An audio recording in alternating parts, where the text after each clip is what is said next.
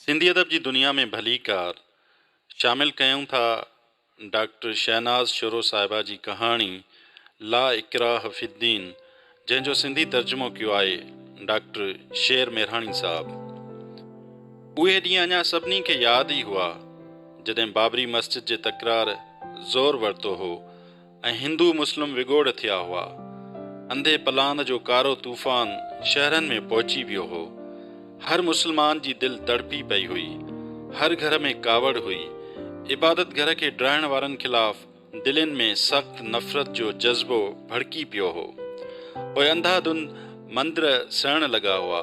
नौजवान मौक़े जी ताड़ में हूंदा हुआ त कीअं गैर मुसलमाननि जे दुकाननि ऐं घरनि खे बाहि ॾियनि। लाउड स्पीकरनि तां जिहाद जिहाद जा आवाज़ अचण लॻा ऐं माण्हुनि जी अखियुनि में रतु लही आयो। पर दीन मोहम्मद जो रतु वधीक थधो थी वियो। पंहिंजी ख़ूबसूरत सुहारीअ ते हथ फेराईंदे मौज़िन सां गॾु बीह रहियो। ॾिसो भाइरो, छा असांजो मज़हब उहो चवे थो त गुनाहगारनि जी सज़ा बेगुनाहनि खे ॾियूं, बेॾोही औरतुनि ऐं ॿारनि खे यतीम करियूं। उहो जहिड़ो अॻु बि केतिरा ई भेरा थियो आहे, पर जॾहिं बि विगोड़ ख़तमु थींदा आहिनि ऐं रत जी गर्मी घटिजी वेंदी आहे तॾहिं माण्हू पंहिंजनि प्यारनि जे मार्जण ते पछताईंदे नज़र ईंदा आहिनि। जॾहिं चाकू कंहिंजा आंड्रा ॿाहिरि कढंदो आहे ऐं पोइ जेको रतु वहंदो आहे उन जो रंग ॻाढ़ो ई हूंदो आहे, पोइ उहो मुसलमान जो हुजे या हिंदूअ जो, छो जो उहो आदम जी औलाद जो रतु हूंदो आहे। ऐं जंहिं माउ जे जिगर जो टुकड़ो लाश जी शिकिल में अङण ते रखियो वेंदो आहे, उन माउ जा जज़्बा कंहिं बि मज़हब वारे जी माउ खां मुख़्तलिफ़ न आहिनि हूंदा। मूं पाण गैर मज़हबनि जे घरनि में कोराम ॾिठा आहिनि। अहिड़ा ई मातम असांजे घरनि में थींदा आहिनि। इंसाननि खे वेढ़ण लाइ इहा शैतान जी साज़िश आहे। उनखे नाकाम करियो। मुंहिंजी भेण बेवा थींदी या कंहिं ईसाईअ जो औलाद क़तल थींदो या का हिंदू औरत चूड़ियूं भञी चरी थींदी, पर इहे सभु इंसान ई आहिनि न। ॾुख जी का ज़ात नाहे हूंदी, दर्द जो को मज़हब नाहे हूंदो।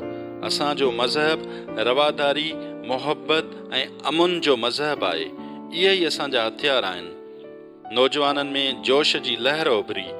होॾां जो मस्जिदुनि, दुकाननि ऐं घरनि खे किरायो पियो वञे। मुसलमाननि खे साड़े रहिया आहिनि। इहो जाइज़ आहे असां चूड़ियूं पाए वेही रहूं? जेकॾहिं हिते असां अक़लियतुनि लाइ ख़तरो न बणियासीं त उते हिक हिक मुसलमान खे चूंडे चूंडे मारियो वेंदो। सब्र खां कमु वठो पुट। हिते मंदिर ड्राइण या दुकाननि खे फुरण सां उतां जे मुसलमाननि खे तहफ़ुज़ न मिलंदो। उहे पंहिंजी हिफ़ाज़त करणु चङी तरह ॼाणनि था ऐं 10,000 सालनि खां हिफ़ाज़त करे रहिया आहिनि। हीउ वक़्तु सोचण सम्झण जो आहे। गैर मुसलमाननि जी हिफ़ाज़त जो आहे त किथे दुश्मन जो को वार कामयाबु न थी वञे ऐं पोइ असां पछताईंदा रहूं। नौजवाननि जो जथो उन थधी तक़रीर मां बिल्कुलु नाख़ुशि हो, पर कुझु संजीदा ऐं पीरसन माण्हू दीन मोहम्मद सां मुतफ़िक़ हुआ। हिकु त दीन मोहम्मद जो बेदाग़ किरदारु ऐं ॿियो मज़हब सां संदसि गहरी अक़ीदत। मस्जिद जे समूरनि मामलनि खे सुठे नमूने हल करण में दीन मोहम्मद जी दानाई मशहूरु हुई।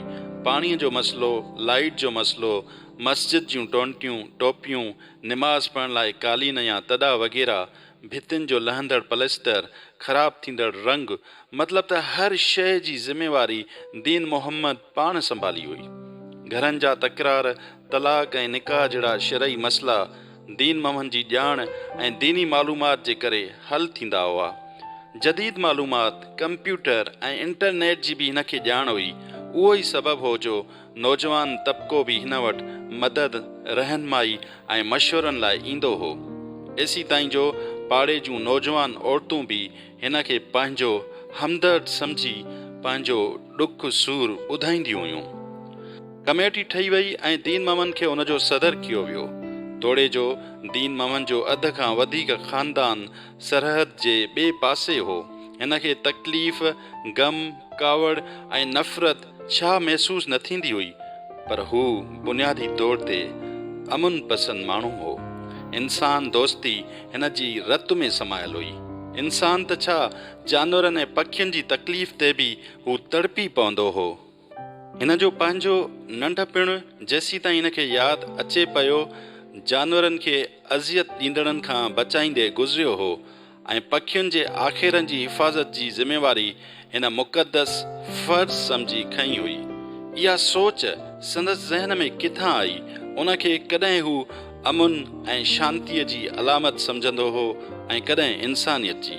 कॾहिं कॾहिं हू पाण खे बेहिमत ऐं डिॼणो महसूसु कंदो हो, पर उहो सभु उन वक़्तु थींदो हो जॾहिं खेसि लॻंदो हो त बाक़ी माण्हू माणपे खां ॿाहिरि आहिनि। संदसि पुटु ख़ुशि स्कूल खां घर वरंदो हो, कॾहिं का मज़ेदार ॻाल्हि, कॾहिं कुझु त कॾहिं कुझु, पर हिकु ॾींहुं हू हिकु नज़म सॼो ॾींहुं ॻाईंदो रहियो। मच्छीअ जो बचिड़ो पाणीअ मां निकितो, बाबा हो पकड़ियो, अम्मा हो पचायो, असां सभिनी खाधो, ॾाढो मज़ो आयो। मच्छीअ जो बचिड़ो ऐं उन सां थींदड़ इंसान जी बेरहमीअ वारे अमल संदसि अंदर जे नरम माण्हूअ खे बिल्कुलु मेण में तब्दील करे छॾियो हो। मुख़्तलिफ़ हीला हलाइण बावजूदि ॿार खां नज़म विसाइण जी कोशिश में नाकाम थी हू तकलीफ़ सहंदो स्कूल पहुतो, जिते खेसि पंहिंजी कैफ़ियत जी इज़हार ऐं नज़म जी मजमूई ज़ालमाणे तासुर खे बयानु करण में तमामु घणी ॾुखियाई थी, छो जो मास्तरियाणियुनि लाइ उहो रुॻो हिकु नज़म हो ऐं मच्छी असांजो पसंदीदा खाधो जेको इंसाननि जे खाइण लाइ पैदा कई वई आहे। उनखे आबी ऐं झंगली जीवत जी बका ऐं जानवरनि जे बचनि सां शफ़क़त जो वर्ताव सेखारण लाइ जेतिरो वक़्तु घुर्बल हो ऐं जेतिरो इर्तिकाई सफ़र घुर्बो हो, ओतिरो वक़्तु शायदि दीन मोहम्मद जी उमिरि बि खेसि न ॾिए आ। उन करे दीन मोहम्मद दिलि मुठ में करे मोटी आयो। नतीजो स्कूल में कहिड़ो निकिरणो हो? ॿारड़ो नंढड़ो हुजण बावजूदि पीउ जे मंतक़ खे सम्झी वियो हो। कुझु ई हफ़्तनि खां पोइ निंड मां उथी अजीब अजीब ॻाल्हियूं करण लॻो। उमिरि उहा ई का 3-4 साल हूंदसि। बाबा बाबा मूं गऊंअ खे मारे विधो, मूंखे ॿाहिरि वठी हलो, मां गऊंअ खे सॉरी चवंदुसि। ॿारड़ो ॻणतीअ में वरितल हो। दीन मोहम्मद ऐं संदसि घरवारी खेसि घणो सम्झाइण जी कोशिशि कई त उहो रुॻो ख्वाबु हो ऐं गऊं पंहिंजी जाइ ते ख़ुशि आहे, पर हू किथे मुड़ण वारो हो। रोअण शुरू कयईं। आख़िरकार दीन मोहम्मद खे खेसि सिहतमंद गऊं ॾेखारणियूं पयूं, जेके ॾिसण सां खेसि इत्मिनान थियो। दीन मोहम्मद खे पुट ते ख़ार बि आयो ऐं संदसि नरम दिली खेसि परेशान बि कंदी रही, छो जो खेसि ख़बर हुई त अहिड़े कठोर समाज में जिते माण्हुनि खे इंसाननि सां ई मोहबत नाहे रही, उते जानवरनि सां प्यार ऐं हमदर्दी कंदड़नि जो गुज़ारो केतिरो अज़ियतनाक हूंदो। कमेटीअ जो सदर थियण खां पोइ दीन मोहम्मद जूं ज़िमेवारियूं वधी वयूं हुयूं। वरियनि खां हिंदू ऐं मुस्लमान पाड़ेसरियुनि जे घरनि मां कुर्सियूं ॿाहिरि कढी महफ़िलियूं मचायूं वेंदियूं हुयूं। गिलासनि जो फ़र्क़ु बि बाक़ी न रहियो हो।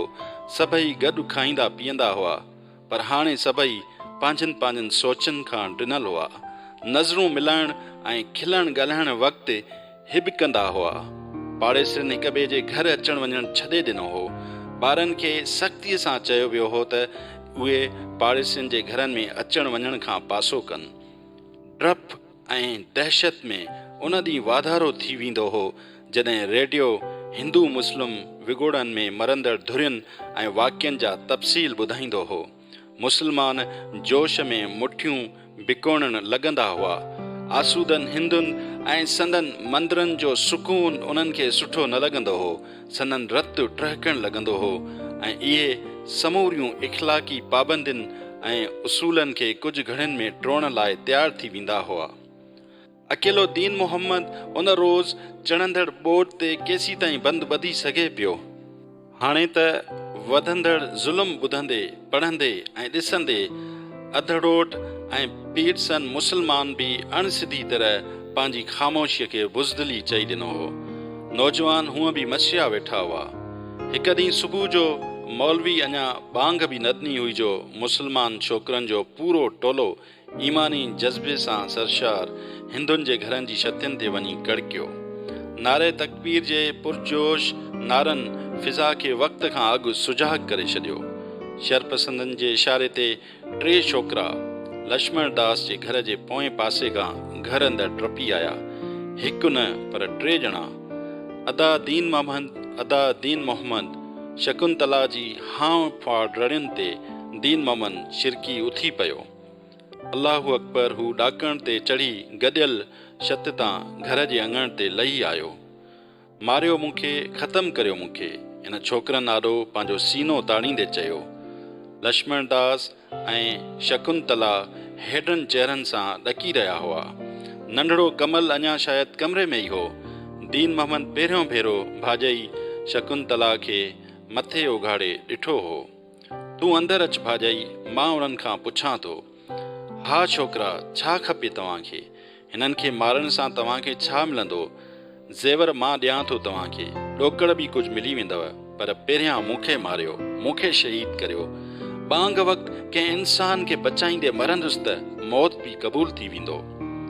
टई पाड़े जा ई छोकिरा हुआ। चाचा दीन मोहम्मद, न बचाए इन्हनि काफ़रनि खे। छा थी वियो आहे तोखे? ख़बर न अथई त होॾां छा पियो थिए?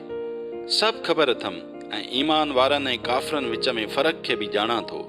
तव्हां पंहिंजे ईमान जी संभाल करियो। सुबुह सवेर फज्र जी निमाज़ वक़्तु बेगुनाहनि खे मारण लाइ उथिया आहियो। इहो आहे ईमान वारनि जो कमु। दीन मोहम्मद कावड़ बावजूदि सब्र खां कमु वठी रहियो हो। छोकिरा जवानीअ जे जोश में भरियल हुआ, पर इहो सभु शरपसंदनि जी साज़िशुनि सां थी रहियो हो। उन करे जल्दी संदन जोश साबुण जी गज वांगुरु वहिजी वियो ऐं उहे ॿाहिरि निकिरी विया। शकुंतला दीन मोहम्मद जे पेरनि ते किरी पई। ॿाहिरि अहिड़ा ई हूंदा आहिनि, ॿाहिरि अहिड़ा ई हूंदा आहिनि। शकुंतला हर हर उहो चई लुड़कनि भिनल अखियूं उघी रही हुई। दीन मोहम्मद कमल खे कच्छ ते खणी वरितो ऐं शकुंतला खे चयईं, कुझु ॾींहं लाइ अव्हां मुंहिंजे घर में रहो, फातिमा अव्हां खे कमरो ॾींदी। लक्ष्मण दास पंहिंजो कारोबार ऐं सीड़प सहणु शुरू कई। हू बम्बई वञणु चाहे पियो। संदसि ख़्याल में हाणे हिते घणो वक़्तु रहणु कंहिं वॾे ख़तरे खे दावत ॾियणु बराबरि हो। हूअं त कमल ऐं शकुंतला सॼो ॾींहुं संदसि घर में रहंदा हुआ, पर जॾहिं लक्ष्मण दास खे बम्बई वञिणो पियो त हिन भाउ दीन मोहम्मद तुंहिंजे हवाले चई सुदका भरे रोअणु शुरू कयो। तॾहिं दीन मोहम्मद ऐं फातिमा जूं अखियूं बि आलियूं थी वयूं ऐं खेसि हिक बदिरां ॿ घर संभालणा पइजी विया। ॿिन्ही घरनि विच में अचनि वञण खे सवलो बनाइण लाइ दीन मोहम्मद विच वारी भित में काठीअ जो दरवाज़ो हणाए छॾियो त जीअं ॿाहिरियों दरवाज़ो इस्तेमालु करण जी ज़रूरत न पवे। सुबुह जी बांग सां ॿई ज़ाल मुड़ुस जाॻंदा हुआ त मंतर जा सुरीला ॿोल संदनि कननि ते पवंदा हुआ। शकुंतला सुरीले पर हल्के आवाज़ में अशलोक चवंदी हुई। अञा अशलोक ख़तमु थींदे ई हू जो 1.25 साल जो कमल फिरंदो फिरंदो दीन मोहम्मद जे घर पहुची वेंदो हो ऐं जॾहिं उते ईंदो हो त पोइ वञण जो नालो ई न वठंदो हो। बाती ॿोलीअ में सभिनी जा नाला वठंदो हो। बिस्मिल्लाह चई मानी खणणु शुरू कंदो हो ऐं कॾहिं कॾहिं त फातिमा सां गॾु संदसि ॿारनि वांगुरु निमाज़ पढ़णु लॻंदो हो। ॿार ऐं ॿई ज़ाल मुड़ुस साणसि ॾाढी मोहबत करणु लॻा हुआ। बिगोड़ घटिजण बदिरां वधी रहिया हुआ। मथां वरी ॿिन्ही धुरियुनि जे मज़हबी अॻुवाणनि जा बयान ॿरंदीअ ते तेल जो कमु करे रहिया हुआ। मारिजी वियलनि जे तादाद में रोज़ानो इज़ाफ़ो थी रहियो हो ऐं इहा बाहि तेज़ीअ सां ॿियनि शहरनि ताईं पखिड़िजी रही हुई। पर उन ॾींहुं जॾहिं दीन मोहम्मद इहा दिलि ॾारींदड़ ख़बर ॿुधी त गुजरात में रहंदड़ संदसि भेण जो सॼो कुटुंब विगोड़नि जो शिकार थी वियो आहे, घर खे साड़ियो वियो, संदसि मुड़ुस खे क़तल कयो वियो ऐं 8 महीननि जी गोरारी भाणेजी जो पेट चीरे संदसि ॿार खे मारियो वियो त अल्लाहु समद दीन मोहम्मद सदमे में बेहाल थी वियो हो। संदसि ज़हनी तवाज़ुन ई ख़राब थी वियो। कॾहिं संदसि रड़ियूं उभ ॾारे रहियूं हुयूं त कॾहिं हू कलाकनि जा कलाक रोअण में गुज़ारे छॾींदो हो। संदसि अखियुनि आॾो नंढड़ियुनि नंढड़ियुनि अखियुनि गोल मथे ऐं नाज़ुक हथनि वारो नंढड़ो फ़रिश्तो अचणु लॻे पियो। कॾहिं कॾहिं उहो संदसि साम्हूं आहिस्ते आहिस्ते रोअणु लॻी पियो, कॾहिं अखियूं खोलण जी कोशिशि करे पियो, कॾहिं जल्दी जल्दी ॿारड़े जो कदु वधणु शुरू थी पियो वञो ऐं उहो छुरी हथ में झलियो जोशीला नारा हणंदे डोड़ंदे नज़र अचणु लॻे पियो। उन ख़बर दीन मोहम्मद जी सेक्युलरिज़म जा बुनियाद ई लोॾे छॾिया हुआ। शाहू मुस्लमान आहे, अंदर मां को हर हर सवाल पुछी रहियो हो ऐं हू पंहिंजो पाण खां शर्मसार हो। अड़े मुस्लमान त ही चाकुन ऐं शुरियुनि वारा कफ़न पोश दीवाना आहिनि जो हिकु हुते किराइनि था त ॿ हिते। कमल बाबा चवंदो डोड़ंदो अची रहियो हो, परे थी काफ़र किथां जा। अॼु दीन मोहम्मद जो आवाज़ बि गरो हो ऐं संदसि लहजे मां नफ़रत जा उलाह पिणु निकिरी रहिया हुआ। फातिमा डिॼी अॻिते वधी, परे कर हिनखे, न त अॼु सॼो घर नापाक करे छॾियो आहे काफ़र। दीन मोहम्मद सॼो ॾकी रहियो हो, न हितां जा रहियासीं न हुतां जा। छा कलमो रटण सां माण्हू मुस्लमान थी वञे थो? ही डपु ऐं बुज़दिली हिन किथां सिखी वरिती? अहिड़ो को सबक़ु न त निसाब में हो ऐं न ई घर में। बेहिमती खेसि किथां जो बि न छॾियो हो। हूअं त ज़ाहिरी तौरु सॼो पाड़ो संदसि वॾी इज़त कंदो हो, पर परपुट संदसि नालो हिंदुनि जो ग़ुलाम रखियो वियो हो।